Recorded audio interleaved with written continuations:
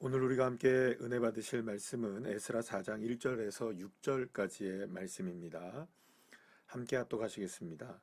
사로잡혔던 자들의 자손이 이스라엘의 하나님 여호와의 성전을 건축한 다음을 유다와 베냐민의 대적이 듣고 스룹바벨과 족장들에게 나와 이르되 우리도 너희와 함께 건축하게 하라. 우리도 너희 같이 너희 하나님을 찾노라. 아수르 왕 에살핫돈이 우리를 이리로 오게 한 날부터 우리가 하나님께 제사를 드리노라 하니 스룹바벨과 예수아와 기타 이스라엘 족장들이 이르되 우리 하나님의 성전을 건축하는데 너희는 우리와 상관이 없느니라. 바사왕 고레스가 우리에게 명령하신 대로 우리가 이스라엘의 하나님 여호와를 위하여 홀로 건축하리라 하였더니 이로부터 그 땅 백성이 유다 백성의 손을 약하게 하여 그 건축을 방해하되 바사왕 고레스의 시대부터 바사왕 다리오가 즉위할 때까지 관리들에게 뇌물을 주어 그 계획을 막았으며 또 아하수에로가 즉위할 때에 그들이 글을 올려 유다와 예루살렘 주민을 고발하니라. 아멘. 할렐루야. 드디어 이제 이스라엘 백성들이 예루살렘에 도착하고 난 뒤 2년 2개월이 되어서 이제 드디어 성전의 건축을 시작하게 됩니다. 매우 감격스러운 날이었습니다. 이전에 성전이 무너진 것을 목도했던 또 제사장들과 레위인의 경우에는 다시금 이 성전이 세워지는 그 장면을 바라보면서 통곡하며 울기도 했고 기쁨으로 하나님을 찬양하기도 했습니다. 그렇게 귀환한 사람들의 마음과 정성과 수많은 사람들의 노력을 통하여서 이제 준비된 성전 건축이 하나하나 시작되어 나가기 시작합니다. 그런데 갑자기 그때에 어떤 한 사람들이 등장을 해서 이제 이 성전 재건의 이 일을 방해하기 시작합니다. 그들은 누구냐면 바로 이제 우리가 신약 시대에서 나오게 되는 바로 사마리아 사람들이라고 부르는 북이스라엘 출신 사람들이었습니다. 특히 이제 이들은 어떤 사람들이었냐면 아수르가 북이스라엘을 점령하게 되었을 때에 이 아수르의 정책이 어떤 정책을 사용했냐면 혼합을 정책을 사용했습니다. 그래서 이방인들과 자연스럽게 북이스라엘 사람들과 혼인 정책을 통하여 혼혈이 되어 버린 거죠. 그러니까 남유다의 경우에서 보게 된다면 북이스라엘 사람들은 혈통을 잃어버린 사람들이라고 생각을 했던 것입니다. 그래서 이제 그런 그 상황 속에서 오랜 시간이 더 지나다 보니까 그러니까 북이스라엘은 더 빨리 남유다보다 멸망하지 않았습니까? 그러니까는 많은 세대가 지나가면서 이미 이제 그 이스라엘로서의 정통적인 혈통을 잃어버린 사람들이 되었던 것입니다. 그러니 이스라엘 백성들이 볼 때에는 유다 백성들이 볼 때에는 귀환을 해서 성전을 재건하는 사람들의 입장에서는 이들에게 성전 건축을 도와달라든가 혹은 그들의 힘을 빌린다든가 그들과 함께 한다는 것은 매우 어려운 일이 되는 겁니다. 왜냐하면 그들은 이스라엘의 정통성을 무너뜨린 사람들이고 그리고 또 그들에게 있어서는 신체적으로 하나님을 향한 신앙도 온전하지 못했기 때문이었습니다. 여러분들 혹시 아시는지 모르겠지만 북이스라엘 백성들은 빠르게 타락해 갔습니다. 그러니까 남유다보다 훨씬 더 심각하게 하나님을 빠르게 잊어버리게 되었죠. 북이스라엘이 세워지게 된 그 시간부터 사실은 뭐 예배라든지 하나님을 향한 모든 제사라든지 이런 것들이 다 무너지게 되었고 혼합되는 상황 속에서 정말로 이 그 혈통뿐만 아니라 신앙적인 문제에 있어서도 굉장히 큰 그 어려움을 보여지게 되었던 것이죠. 그러니까는 지금 성전을 재건하는 사람들은 어떤 마음입니까? 70년 만에 다시금 하나님을 향한 예배가 회복되어지고 하나님께서 거룩한 성전을 세우셔서 다시금 이스라엘을 회복시키려고 하는 이 중차대한 일을 이제 시작하려고 한 겁니다. 많은 백성들이 성전지대가 놓아질 때 찬송을 부르고 하나님을 찬양하며 주님을 높이는 그런 상황 속에서 갑자기 이들이 나타나서 우리도 함께 이 성전을 함께 하겠다라는 이런 그 제안을 하게 되었던 것입니다.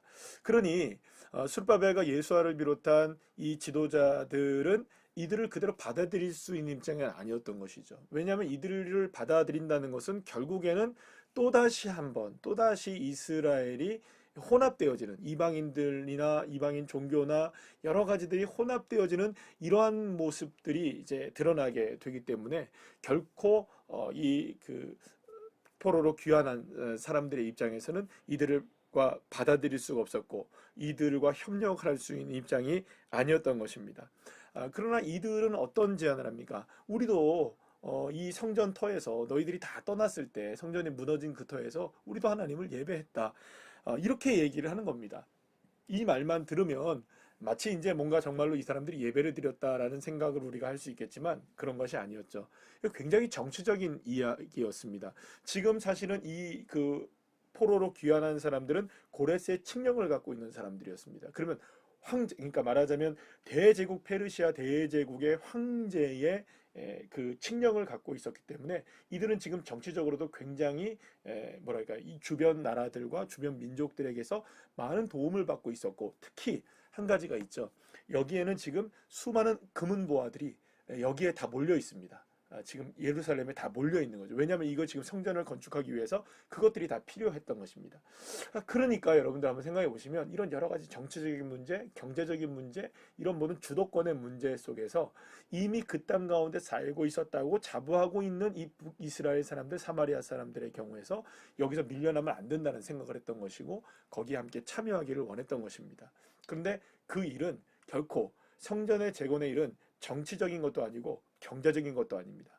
오롯이 신앙적인 것이었습니다. 믿음에 관한 문제였습니다. 주님을 향한 신앙을 지킬 것인가 말 것인가. 이제 만약에 이 모든 모습 속에서 이스라엘 백성들이 여기서 영적으로 타락하기만 한다면 어떻게 될까요? 다시는 이 일이 없어지는 겁니다. 다시는 성전이 재건되어질 수 없는 겁니다.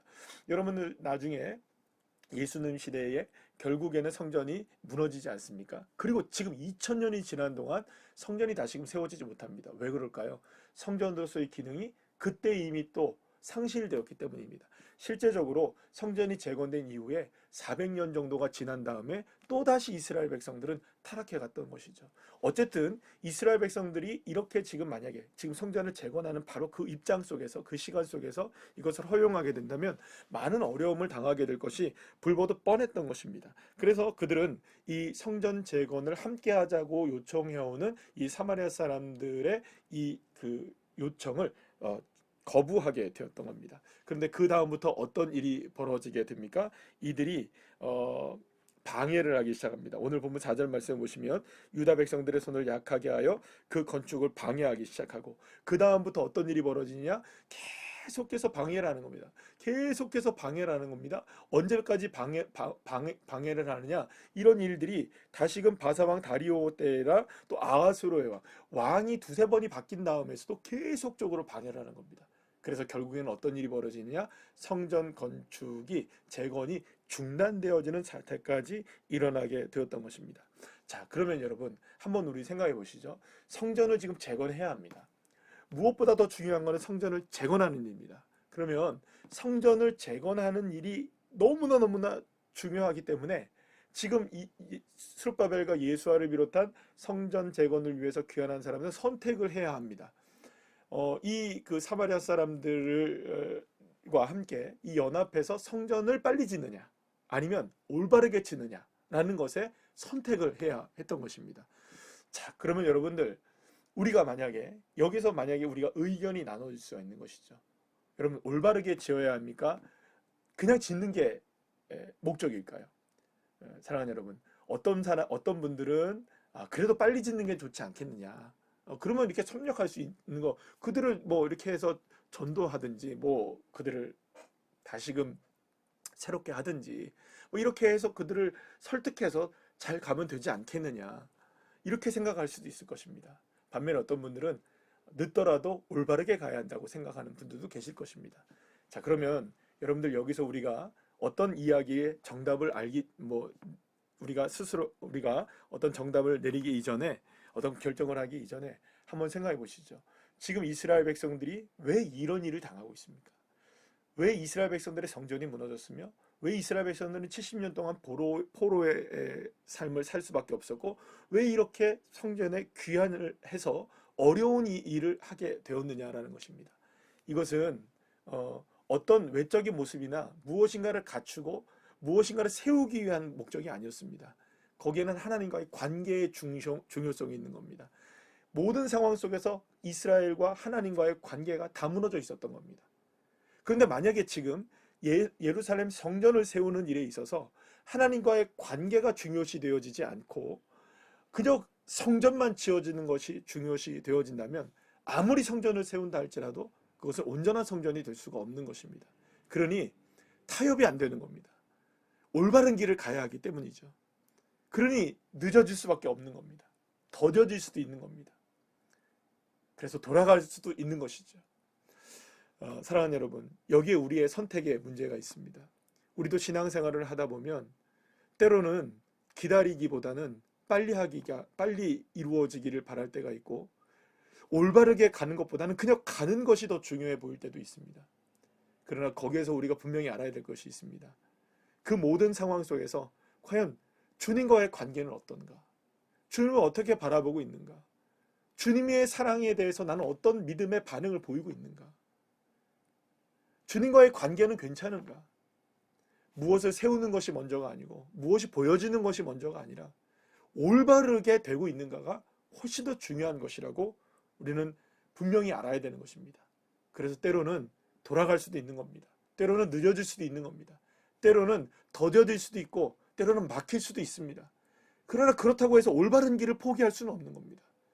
순수한 길을 포기할 수는 없는 겁니다. 바른 길을 내려놓을 수는 없는 겁니다. 그것과 타협할 수는 없는 겁니다.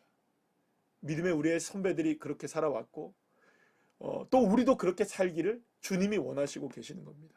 그리고 지금 얼마나 여러분들 가슴이 벅찼겠어요. 성전을 재건하는 일이 얼마나 가슴이 벅찼겠습니까? 그러나 그 일이 막혀졌을 때 이들은 얼마나 또 답답했겠습니까? 그러나 그럼에도 불구하고 타협을 하진 않는 겁니다. 그럼에도 불구하고 늦어져도 결코 이 일에는 타협을 하지 않겠다. 올바른 믿음의 길을 가는 데 있어선 때로는 우리가 실망하기도 하고 때로는 손해를 보기도 하고 때로는 좌절을 느끼기도 하지만 그럼에도 불구하고 올바른 길을 걸어가야겠다. 이것이 성전 재건을 위해서 예루살렘을 온 이스라엘의 모습이었던 겁니다. 그러면 여러분 이들이 70년 전에 이랬을까요? 그렇지 않죠. 70년 만에 포로의 생활을 하면서 이들은 변화되었던 겁니다. 주님을 만났던 것이죠. 주님을 알게 됐던 것이죠. 그러니 이런 결단을 할 수가 있는 것입니다. 사랑하는 여러분, 저와 여러분에게도 오늘도 사실은 선택의 문제가 펼쳐집니다. 그냥 가는 것인가? 올바른 길을 가야 할 것인가? 사랑하는 여러분, 그 선택에 있어서 오늘 이 시간 우리는 무엇을 선택해야 할까요? 올바른 길을 선택하시는 주의 자녀들 되셔서 정말로 주님이 원하시는 그 모습들로 세워져 나가는 귀한 자녀들 한 분 한 분들 다 되시기를 간절히 축복합니다. 기도하시겠습니다. 하나님, 오늘 우리에게 삶의 길이 열려집니다.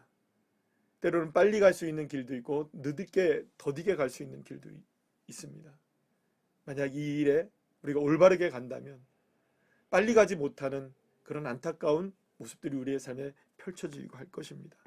그러나 주님, 그 모든 상황 속에서 무엇이 되고 어떻게 사느냐의 문제보다 올바르게 주님을 향한 믿음을 가지고 살아가는 삶이 되기를 원합니다. 그래서 이 세상의 풍조에 우리가 휘말리지 않고 신앙의 순수성을 우리가 유지하면서 우리가 온전히 올바른 믿음을 가지고 승리할 수 있는 주의 자녀들 되게 하여 주시옵소서.